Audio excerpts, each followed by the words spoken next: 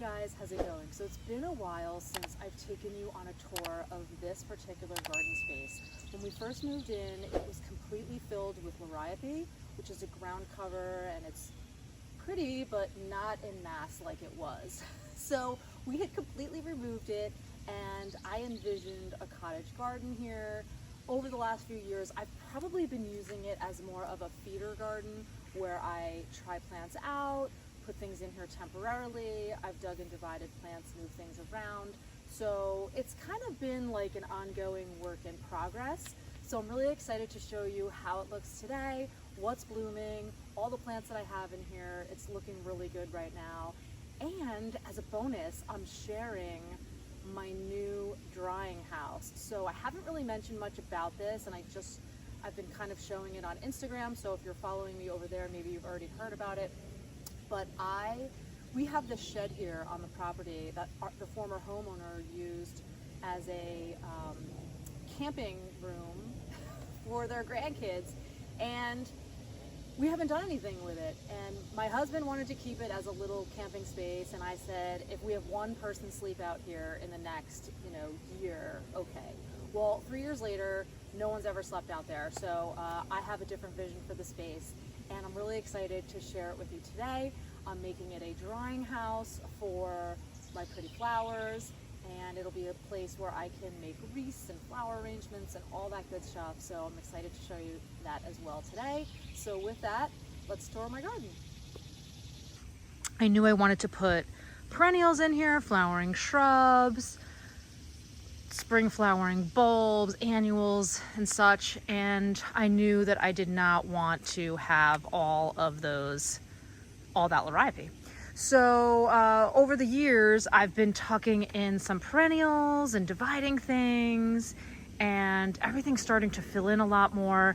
One thing that I've learned is that this bed is really, really saturated because we kind of live down a hill and the water just flows down, and this bed really retains moisture. So plants like salvia haven't really loved the location here. Nepeta hasn't loved it. Haven't even tried to do lavender here. I know it's not going to do well. So even the coreopsis isn't loving it so much. I mean, it's here, but it's not doing what it potentially could. So I'm probably going to move it out at some point. And even the sedum, I dug and divide these, and it just doesn't love this spot. So I'm gonna be switching some things up. But anyway, let's just talk about what's growing here, what I did this year, because I did add a bunch of seed starts, and I have a bunch of flowering annuals, and there's just a lot to see. So for starters, I started Gomphrena from seed this year. Last year I grew Proven Winners Truffle Pink, loved it so much I decided to start it from seed, and I mean, look at how beautiful it is. Really easy to grow from seed too, because I remember it sprouted within a few days, and look at it now. So I've been cutting it and using it in my drying house. So I've been hanging it from drying racks, and I'll incorporate it in wreaths and other decor. So then I've got some Proven Winners Supertunias. If you've never grown a Supertunia before, let me tell you what you're missing, because they're fabulous. They are self-cleaning, so you don't need to deadhead them. This one is Supertunia Honey, and it's really, really pretty. Look at the blooms on that one. I have Bubblegum Pink. I have a new one, Tiara Blue, and a couple others down the way that we'll get to as we go through. And just as a little side note, yes, that is a drainage pipe. It comes, as I said before, get a lot of water, comes down, and it just drains right out there. So it's part of the problem in this garden, but I'm trying to figure out a way to cover it so that I don't have to look at it. But anyway, planted some panicle hydrangeas. These are really pretty. Planted it after the first year we moved in, and it's really spectacular. Last year it did so well, and it started out white like this, and then it got this pretty pink, and then in fall it was like just really, really beautiful. The foliage was gorgeous, and really hydrangeas are just my jam. I've got a couple of sunflowers in here, a couple extras that I had. That's the end of a foxglove. I have never had success growing foxgloves. until now. And that's because I used to always buy them from the nursery and they just never took. They're biennial and they just never took. And I know in some people's gardens they take really well. Well, here they didn't. But 2 years ago, I started them from seed, and as a matter of fact, that's what those stalks are there. I actually just cut the seed heads down and just left them because I'm hoping that they'll self-sow and come back again next year, which is what they did this year, so I was really, really happy about that. I've got some zinnias along the back, beautiful angelonia, moonbeam coreopsis. Planted some status in here that I started from seed as well. I have a bunch of these little stepping stones that my kids have made through the years. Serendipity alliums by Proven Winners. Love, love, love that one. Really pretty and attracts a lot of pollinators. What else do we have growing here? I planted some amaranth, 2 different kinds, some daylilies. Some of the plants were in here from the former homeowner and I've just kind of been adding to the garden. This is another Supertunia. And this one is Supertunia Mini Vista Plum Veined. Really beautiful color. Look at the veining on them. So pretty. I have a few of these in a container and they're really, really, really lovely. They spill over the edges and they're really full. We've got another Angelonia over there. These are Rudbeckia.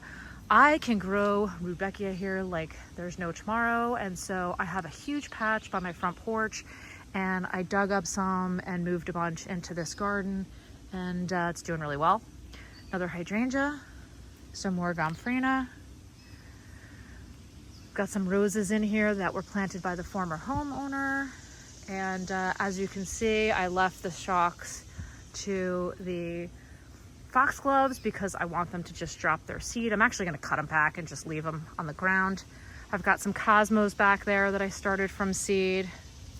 Some more sedum autumn joy, speedwell, a yarrow that was left here by the former homeowners. It's done. Actually used to be on the other end of the bed in a shadier corner of the garden, and I wound up moving it over here.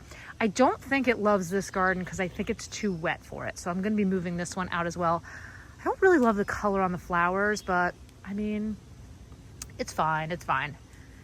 I've got Amsonia's Storm Cloud by Proven Winners. It already wrapped up blooming, but it's really, really beautiful and attracts pollinators. I've got some cone flowers in here, some phlox. Those daylilies are done. Some Monarda, Blazing Star, some cranesbill, and this one is Supertunia Saffron Finch. Look at that creamy yellow. It's just beautiful. Now as we move down to this end of the bed, it gets a little bit shadier, so I dug and divided a bunch of more shade tolerant perennials. I do have a hardy hibiscus in here, and I put it there only because I didn't have room anywhere else. And it's doing great. So we'll see how it blooms this year. If it loves that spot, it's staying. I have some sedum autumn joy, another storm cloud, some hostas that I dug and divided, some stilbes, got some lungwort, and then over here I've got some Solomon seal, and I've got a couple of bleeding hearts in the back there. This I was supposed to plant. I did not really get to the end of this garden. I just kind of got done with with planting and just decided to move on with my life. Focused a little bit more on this part of the bed, and I think I got to do a little bit more in this section, so we kind of fill it in. Okay, so here we are outside the cute little shed. It needs a little work on the outside. I haven't gotten that far yet in life, but we did completely redo the inside, and I cannot wait to give you a little sneak peek of what it looks like and how I'm using it. It's really cute. It's not a huge space, but it's perfect for drawing flowers and doing little crafts and stuff, and I really love it. I can't wait to show you. Come on in. All right, so I'm really excited to show you guys this space real quick, but this is my new drying house. I've got these barn beams that are from my sister-in-law's house, and we're using them as the shelves.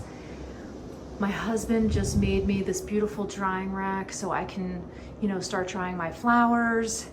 I merged the shelves with some terracotta and things that I have. And actually this is my old kitchen table that I put on bed risers so it would be counter height and I could work in here. I'm really excited about this space, and we're gonna be doing a lot of projects in here as the season progresses. Thanks so much for joining me in the garden today. I'll see you in the next video. Enjoy a beautiful day.